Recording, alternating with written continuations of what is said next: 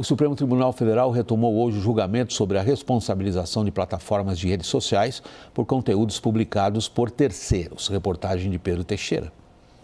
A sessão começou com o presidente do STF, Luiz Roberto Barroso, afirmando que a análise dos trechos do Marco Civil da Internet não significa que a Corte esteja legislando sobre o tema ou promovendo censura, mas sim resolvendo litígios. É o legislativo que legisla, é o legislativo que cria as leis, que cria o direito positivo. O executivo aplica essas leis e presta os serviços públicos. E o judiciário aplica a lei contenciosamente.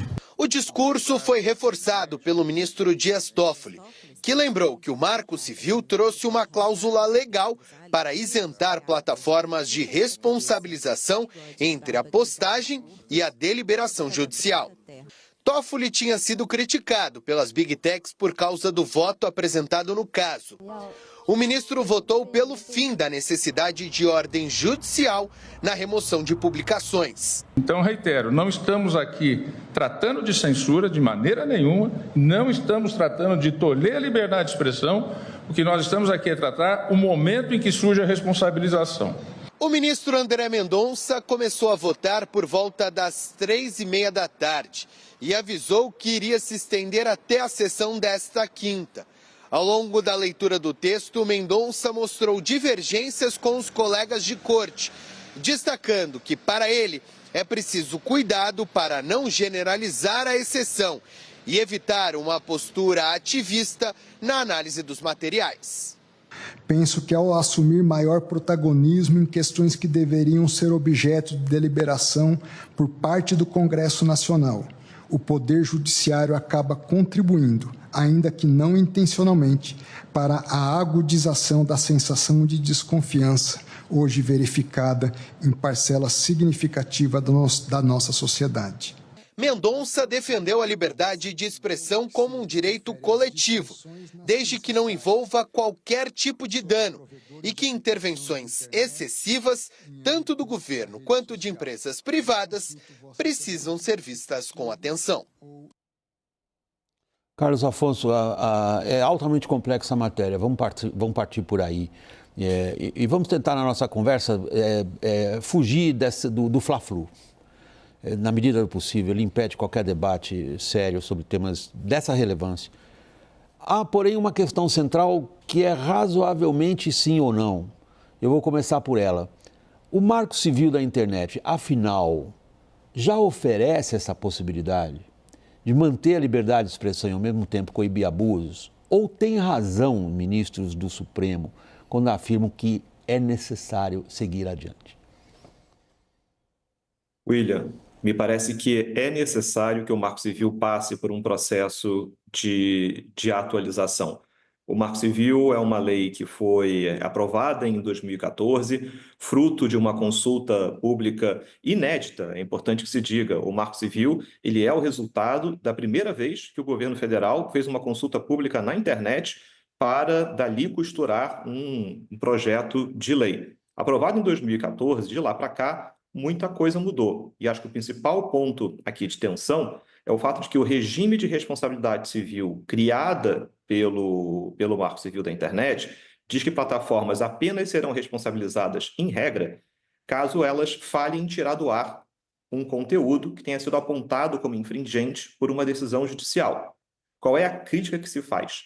Antes de vir uma decisão judicial, as plataformas precisariam ser mais proativas e moderar conteúdo de uma maneira mais transparente, mais coerente. E, realmente, esse é um ponto de moderação de conteúdo, que o Marco Civil acaba não avançando. Então, assim, minha resposta, no final das contas, acaba olhando para os dois lados. O Marco Civil da Internet protege a liberdade de expressão, não há a menor dúvida. Inclusive, essa era uma grande preocupação em 2014. É importante a gente não desconsiderar o fato de termos uma lei sobre tecnologia, sobre a internet, que criava muito receio de que essa lei viesse a restringir a liberdade de expressão. Passado 10 anos, isso não aconteceu. A discussão, então, se joga para o outro lado. É como é que o Marco Civil, então, estimula que eu possa ter proteção de determinados direitos de uma maneira que seja equilibrada. E acho que aí a grande discussão é como é que o Supremo vai tirar esse equilíbrio, essa medida justa entre proteção da liberdade de expressão e proteção dos demais direitos. A gente volta a esse ponto, Carlos Afonso, sobretudo pela essa tua frase agora. A grande pergunta é como o Supremo vai avançar na questão onde você apontou, aqui precisa de alguma coisa sendo feita. Quando a discussão política diz essa coisa que precisa ser feita, teria que vir do legislador e não do Supremo. Mas eu volto. Queria muito ouvir a sua avaliação sobre isso. Daniel, os trechos que a gente recolheu foram editados, evidentemente, essa é a nossa função, não dá para publicar tudo que eles falaram hoje lá, mas são trechos que dão uma impressão, não sei se é a mesma que você teve, de uma certa postura defensiva dos ministros do Supremo, dizendo, pelo amor de Deus, a gente não está censurando. E vem o André Mendonça e diz, não, a sociedade está exatamente nesse ponto se sentindo desconfortável. Desconfortável já deu para ver como o presidente do Supremo, Luiz Roberto Barroso, está se sentindo ao fazer esse preâmbulo, ao fazer essa introdução. Qual que é a expectativa ali do mundo político sobre esse julgamento? A oposição, a direita, que obviamente se sente muito identificada com o voto, com a manifestação de André Mendonça, tem uma enorme expectativa, já fez chegar isso, de que Cássio Nunes Marques, também indicado por Bolsonaro, peça a vista desse julgamento e acabe adiando ainda mais a decisão.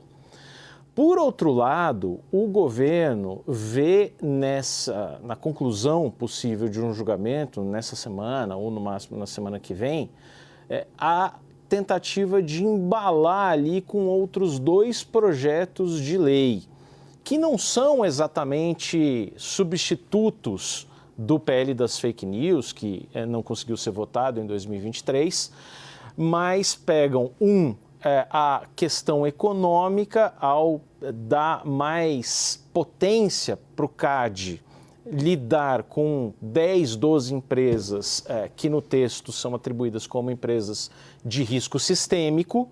Então, digamos, o órgão antitrust vai ter mais dentes para lidar com as big techs do lado econômico, na regulação econômica, e um outro projeto de lei que tenta avançar em alguns consensos possíveis, preparado pelo Ministério da Justiça, que é cercar ali as big techs no que as redes sociais, no que digamos, incitação à violência contra a mulher, pedofilia, esse tipo de discurso. Não estamos falando exatamente da regulação das redes sociais, mas em alguma coisa que tem o apoio, por incrível que pareça, de Damares Alves no Senado. Então, essa parece ser a possibilidade de consenso possível no mundo político, mas na visão do governo. Depois tenho até interesse em saber o que o Carlos Afonso vê, tirando esse fla-flu político, algum ponto de convergência entre governo e oposição na regulação das redes. Eu passo logo, Carlos Afonso, só pedir um minutinho de sua paciência para o Caio poder participar da conversa. William, de fato, não é de hoje que o Supremo vem tentando se defender das acusações de ser um censor da internet. Eu penso que é um julgamento que ele faz muito com um aspecto emocional muito forte por parte do Supremo Tribunal Federal, muito impactado, sim, pelo 8 de janeiro, muito impactado, sim, pelo fato dos bolsonaristas, da direita, da extrema-direita, como quer que se chame, dominar as redes sociais, e vejo o Supremo, sim, tentando, de alguma maneira, dar algum tipo de controle. O voto, por exemplo, do Toffoli, de tudo que eu pesquisei, é um voto inédito no mundo, porque ele cria um índex. É um ministro criando um índex de assuntos proibidos na internet. Claro que tem assuntos que você identificar um crime ou um abuso, fica muito claro, né? Terrorismo, abuso de menor.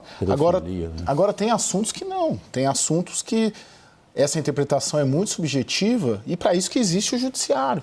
E o judiciário está querendo sair dessa jogada, permitindo que os ofendidos apenas notifiquem as plataformas para que elas retirem. Agora, você imagina no nosso caso, nós, repórteres, tem uma investigação contra um político, um parlamentar, e ele vai se sentir ofendido com uma reportagem.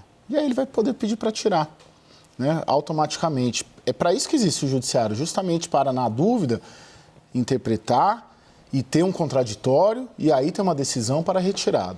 Então, acho que o sinal defensivo que o Barroso dá, que os ministros dão em todos os votos, e eles estão só começando, e a gente vai ver mais defensiva daqui adiante, diz muito sobre esse constrangimento e o aspecto emocional de tentar dizer que eles não são censores. Carlos Afonso, são dois aspectos, então. Primeiro que eu queria devolver a você a palavra, retomando o que você havia dito, algo precisa ser elaborado em termos de como seria a moderação, por quem seria feita essa moderação. E o Daniel também tinha mais ou menos a mesma pergunta. Em que sentido você percebe alguma convergência se criando entre a esfera política e a do judiciário?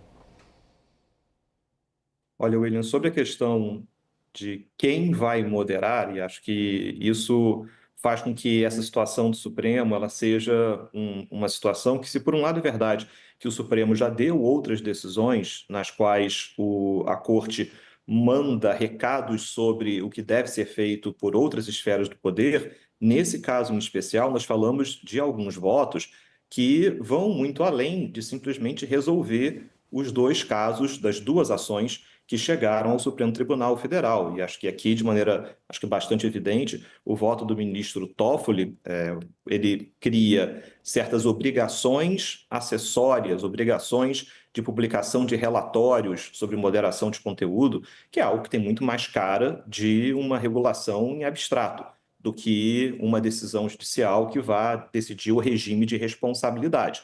E talvez mais uma evidência é o próprio voto do ministro Toffoli terminar ordenando a criação do Departamento de Acompanhamento da Internet no Conselho Nacional de Justiça. Isso, de novo, não parece ser o resultado de uma decisão de um caso concreto. Isso tem cara de regulação. E aí, plugando com o comentário do Daniel, me parece que um ponto de convergência aqui da discussão político-jurídica, e isso fica uma reflexão. Talvez o tempo de uma lei mais geral sobre a internet, como é o Marco Civil da Internet, que fala de privacidade, liberdade de expressão, responsabilidade civil, de diversos temas, talvez esse tipo de lei seja muito mais difícil dela ser aprovada, de chegar a um consenso numa lei como essa, como se chegou em 2014. E justamente por isso, me parece que o governo encontrou aqui uma chave para fazer com que essa lei possa caminhar no Congresso Nacional. E essa chave é a defesa da criança, do adolescente e da família. Porque essa me parece ser uma chave comunicativa que ela acaba gerando uma adesão que interessa a diferentes lados do espectro político e envelopando uma proposta sobre a internet que tenha como esse direcionamento a proteção das crianças, a proteção da família, o governo atrai mais simpatia para esse tema. Mas, é claro, tudo vai depender do que efetivamente o governo vai colocar nesse projeto, como isso dialogará com uma decisão do Supremo e como as diferentes forças políticas vão encarar essa proposta que ainda não veio a público. Então, aqui a gente apenas especula sobre a maneira pela qual essa proposta tem sido comunicada. Daniel. Só tem um ponto genuinamente interessante. O Caio lembrou do voto do Toffoli, que é um voto mais amplo. Ele faz, como disse o Caio, né, um índex das atitudes proibidas, que enseja uma remoção de conteúdo pelas próprias plataformas sociais. Agora, vários ministros colocam ali alguns pontos em que as plataformas devem derrubar o conteúdo. O que aparece como convergente em todos os votos é o terrorismo, né? Você disse isso, né, Caio? Qualquer atitude terrorista ali precisa ser removida. Eu tenho genuína dificuldade em saber o que é uma atitude assim em um país que não considera, por exemplo, o Hamas um grupo terrorista, ou não considera o Comando Vermelho ou o PCC um grupo terrorista. Então, o que será um conteúdo terrorista nas redes sociais que as plataformas terão que derrubar voluntariamente? Fica, acho que, a grande incógnita para não se falar em tese, mas em casos concretos. Deixa eu passar para você, Caio, uma pergunta que eu acho super difícil até. Desculpa passar você a pergunta difícil, mas sei que você gosta. Não, todo dia sei assim, que você gosta, faz parte. O Carlos Afonso faz uma observação que vai em cheio em relação ao contexto político no qual nós vivemos.